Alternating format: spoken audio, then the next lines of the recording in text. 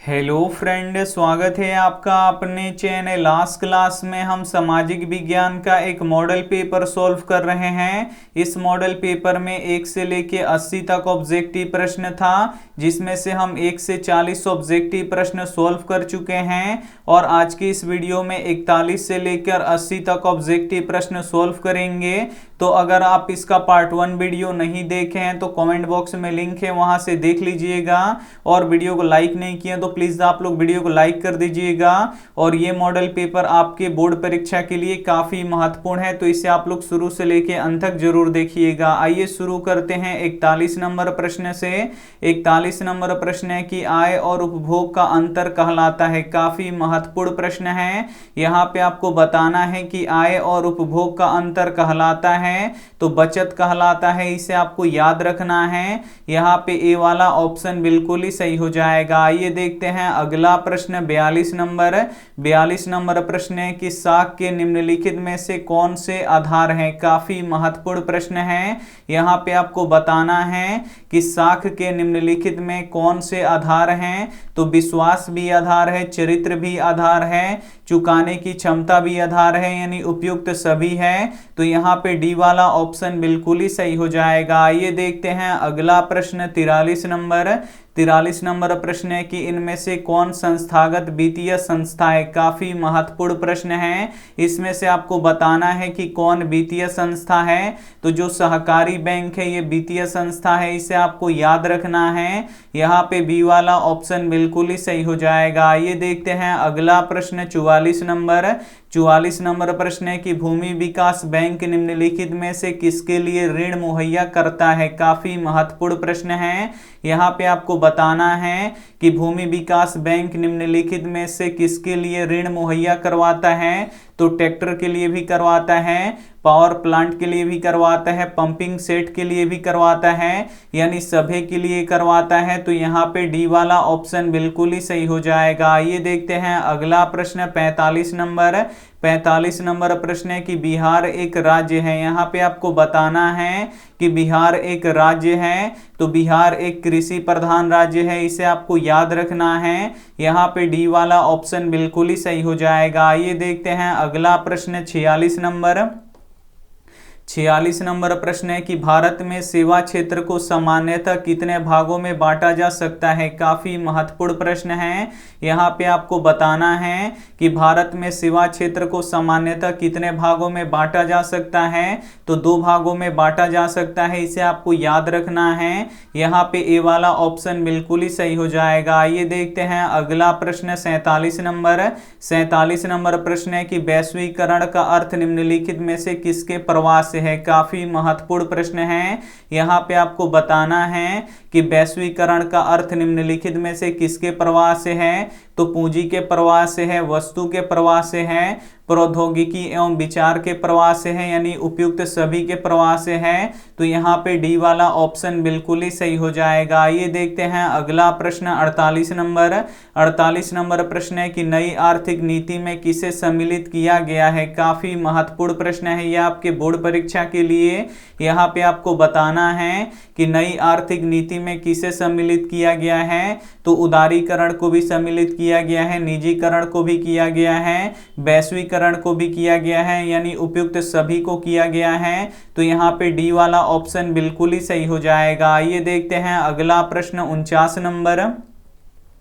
49 number प्रश्न है कि भारतीय उपभोक्ता संरक्षण अधिनियम की घोषणा कब हुई। काफी महत्वपूर्ण प्रश्न है।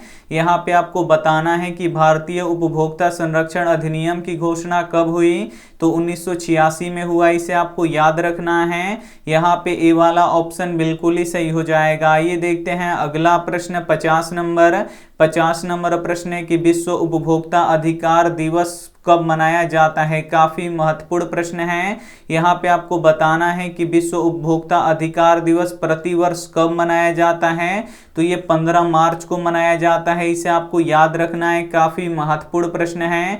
यहाँ पे बी वाला ऑप्शन बिल्कुल ही सही हो जाएगा। आइए देखते हैं अगला प्रश्न 51 नंबर। 51 नंबर प्रश्न है कि बृहद क्षेत्र में जल की उपस्थिति के कारण पृथ्वी को कहते हैं। काफी महत्वपूर्ण प्रश्न है। यहाँ पे आपको बताना है हैं कि बृहद क्षेत्र में जल की उपस्थिति के कारण पृथ्वी को कहते हैं तो नीला ग्रह कहते हैं, इसे आपको याद रखना है। यहाँ पे बी वाला ऑप्शन बिल्कुल ही सही हो जाएगा। ये देखते हैं अगला प्रश्न 52 नंबर प्रश्न है कि एल्यूमिनियम बनाने के लिए किस खनिज की आवश्यकता पड़ती है। काफी महत्वपूर्ण प्रश्न है। यहाँ पे आपको बताना है कि एल्यूमिनियम बनाने के लिए किस खनिज की आवश्यकता पड़ती है, तो बॉक्साइट की आवश्यकता पड़ती है, इसे आपको याद रखना है। यहाँ पे डी वाला ऑप्शन बिल्कुल ही सही हो जाएगा। ये देखते हैं अगला प्रश्न 53 नंबर प्रश्न है कि सिंधु जल समझौता कब हुआ था। काफी महत्वपूर्ण प्रश्न है। यहाँ पे आपको बताना है कि सिंधु जल समझौता कब हुआ था, तो 1960 में हुआ था, इसे आपको याद रखना है। यहाँ पे सी वाला ऑप्शन बिल्कुल ही सही हो जाएगा। ये देखते हैं अगला प्रश्न 54 नंबर प्रश्न है कि ग्रेफाइट को और किस नाम से जाना जाता है। काफी महत्वपूर्ण प्रश्न है। यहाँ पे आपको बताना है कि ग्रेफाइट को और किस नाम से जाना जाता है, तो प्लमबर्ग के नाम से जाना जाता है, इसे आपको याद रखना है। यहाँ पे सी वाला ऑप्शन बिल्कुल ही सही हो जाएगा। ये देखते हैं अगला प्रश्न 55 नंबर प्रश्न है कि पर्यावरण संरक्षण हेतु प्रथम विश्व शिखर सम्मेलन कहाँ हुआ था। काफी महत्वपूर्ण प्रश्न है। यहाँ पे आपको बताना है कि पर्यावरण संरक्षण हेतु प्रथम विश्व शिखर सम्मेलन कहाँ हुआ था, तो स्टॉकहोम में हुआ था, इसे आपको याद रखना है। यहाँ पे बी वाला ऑप्शन बिल्कुल ही सही हो जाएगा। ये देखते हैं अगला प्रश्न 56 नंबर प्रश्न है कि दामोदर घाटी योजना के निर्माण का सर्वाधिक महत्वपूर्ण कारण क्या था। ए ऑप्शन है सिंचाई की व्यवस्था करना, तो ये भी था। बाढ़ों पर नियंत्रण रखना, ये भी था। मत्स्य पालन करना, ये भी था, यानी उपयुक्त सभी था। तो यहाँ पे डी वाला ऑप्शन बिल्कुल ही सही हो जाएगा। ये देखते हैं अगला प्रश्न 57 नंबर प्रश्न है कि भारत का राष्ट्रीय पशु कौन है। काफी महत्वपूर्ण प्रश्न है ये आपके बोर्ड परीक्षा के लिए। यहाँ पे आपको बताना है कि भारत का राष्ट्रीय पशु कौन है, तो बाघ है, इसे आपको याद रखना है। यहाँ पे डी वाला ऑप्शन बिल्कुल ही सही हो जाएगा। ये देखते हैं अगला प्रश्न 58 नंबर प्रश्न है कि आम के उत्पादन में विश्व में कौन सा देश अग्रणी है। काफी महत्वपूर्ण प्रश्न है। यहाँ पे आपको बताना है कि आम सबसे अधिक किस देश में होता है, तो अपने देश भारत में होता है, इसे आपको याद रखना है। यहाँ पे बी वाला ऑप्शन बिल्कुल ही सही हो जाएगा। ये देखते हैं अगला प्रश्न 59 नंबर प्रश्न है कि रागी का सबसे बड़ा उत्पादक राज्य कौन है। काफी महत्वपूर्ण प्रश्न है। यहाँ पे आपको बताना है कि रागी का सबसे बड़ा उत्पादक राज्य कौन सा है, तो कर्नाटक है, इसे आपको याद रखना है। यहाँ पे सी वाला ऑप्शन बिल्कुल ही सही हो जाएगा। ये देखते हैं अगला प्रश्न 60 नंबर प्रश्न है कि निम्नलिखित में से कौन सा उद्योग कृषि से संबंधित है। काफी महत्वपूर्ण प्रश्न है। इसमें से आपको बताना है कि कौन सा उद्योग कृषि से संबंधित है, तो जो जूट उद्योग है ये कृषि से संबंधित है, इसे आपको याद रखना है। यहाँ पे ए वाला ऑप्शन बिल्कुल ही सही हो जाएगा। ये देखते हैं अगला प्रश्न 61 नंबर प्रश्न है कि बिहार में पेट्रो रसायन का महत्वपूर्ण केंद्र कहाँ है। काफी महत्वपूर्ण प्रश्न है। यहाँ पे आपको बताना है कि बिहार में पेट्रो रसायन का महत्वपूर्ण केंद्र कहाँ है, तो बरौनी में है, इसे आपको याद रखना है। यहाँ पे बी वाला ऑप्शन बिल्कुल ही सही हो जाएगा। ये देखते हैं अगला प्रश्न 62 नंबर प्रश्न है कि रेशमी वस्त्र का प्रमुख केंद्र कहाँ है। काफी महत्वपूर्ण प्रश्न है ये भी आपके बोर्ड परीक्षा के लिए। यहाँ पे आपको बताना है कि रेशमी वस्त्र का प्रमुख उत्पादक केंद्र कहाँ है, तो भागलपुर में है, इसे आपको याद रखना है। यहाँ पे सी वाला ऑप्शन बिल्कुल ही सही हो जाएगा। ये देखते हैं अगला प्रश्न 63 नंबर प्रश्न है कि सूती वस्त्रों की राजधानी किसे कहा जाता है। काफी महत्वपूर्ण प्रश्न है ये भी आपके बोर्ड परीक्षा के लिए। यहाँ पे आपको बताना है कि सूती वस्त्रों की राजधानी किसे कहा जाता है, तो मुंबई को कहा जाता है, इसे आपको याद रखना है। यहाँ पे सी वाला ऑप्शन बिल्कुल ही सही हो जाएगा। ये देखते हैं अगला प्रश्न 64 नंबर प्रश्न है कि भारत के किन शहरों में मेट्रो रेल सेवा उपलब्ध है। काफी महत्वपूर्ण प्रश्न है।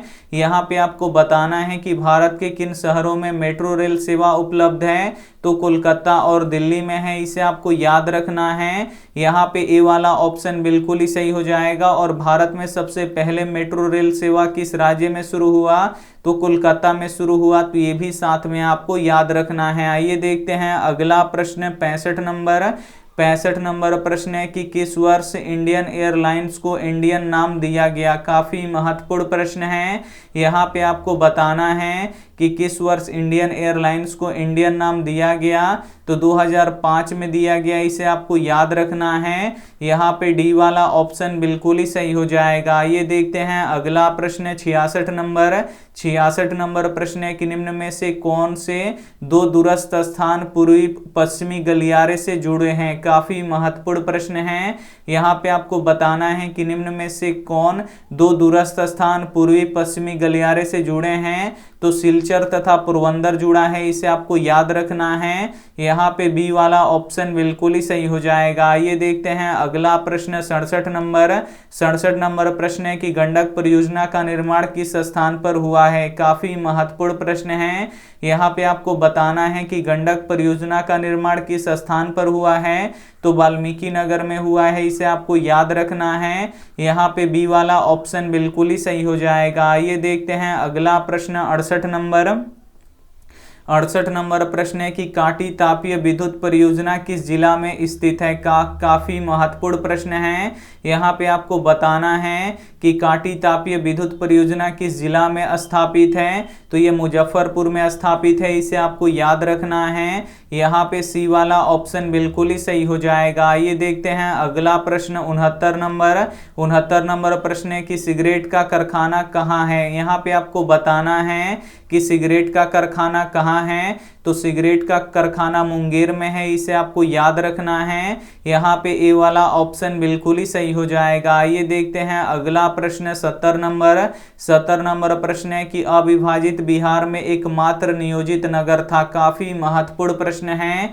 यहाँ पे आपको बताना है कि अविभाजित बिहार में एकमात्र नियोजित शहर नगर था, तो कौन था, तो टाटा नगर था, इसे आपको याद रखना है। यहाँ पे सी वाला ऑप्शन बिल्कुल ही सही हो जाएगा। ये देखते हैं अगला प्रश्न 71 नंबर।